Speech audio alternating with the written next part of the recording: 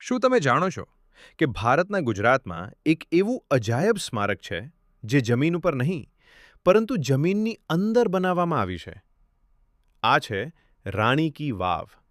એક એવી વાવ જે માત્ર પાણી માટે નહીં પણ કલા, ભક્તિ અને ઇતિહાસનું જીવતું ઉદાહરણ છે. રાણી કી વાવનું નિર્માણ 11મી સદીમાં થયું હતું. આ વાવ બનાવડાવી હતી રાણી ઉદયમતીએ તેમના પતિ રાજા ભીમદેવ પ્રથમ સોલંકીની યાદમાં. આ વાવ સરસ્વતી નદીના કિનારે આજના પાટણમાં, ગુજરાતમાં આવેલી છે. રાણી કી વાવ કોઈ સામાન્ય વાવ નથી. તે 7 માળની ઊંડાઈ ધરાવે છે અને તેમાં લગભગ 800થી વધુ અદ્ભુત મૂર્તિઓ છે. આ મૂર્તિઓમાં ભગવાન વિષ્ણુના 10 અવતાર, અપ્સરાઓ, યોગિનીઓ અને વિવિધ દેવીઓનું સુંદર શિલ્પ જોવા મળે છે. દરેક પગથિયું તમને ધરતીની અંદર લઈ જાય છે, જાણે આધ્યાત્મિક યાત્રા હોય.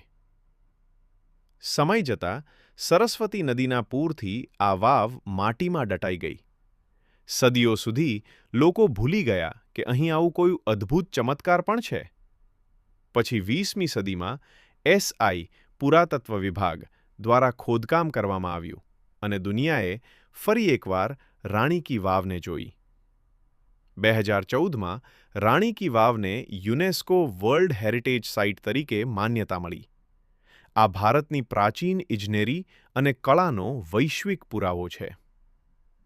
રાણી કી વાવ માત્ર એક વાવ નથી, તે એક પ્રેમની યાદ, એક રાણીની શ્રદ્ધા અને ભારતની અદ્વિતીય કળાનો અદ્ભુત ખજાનો છે.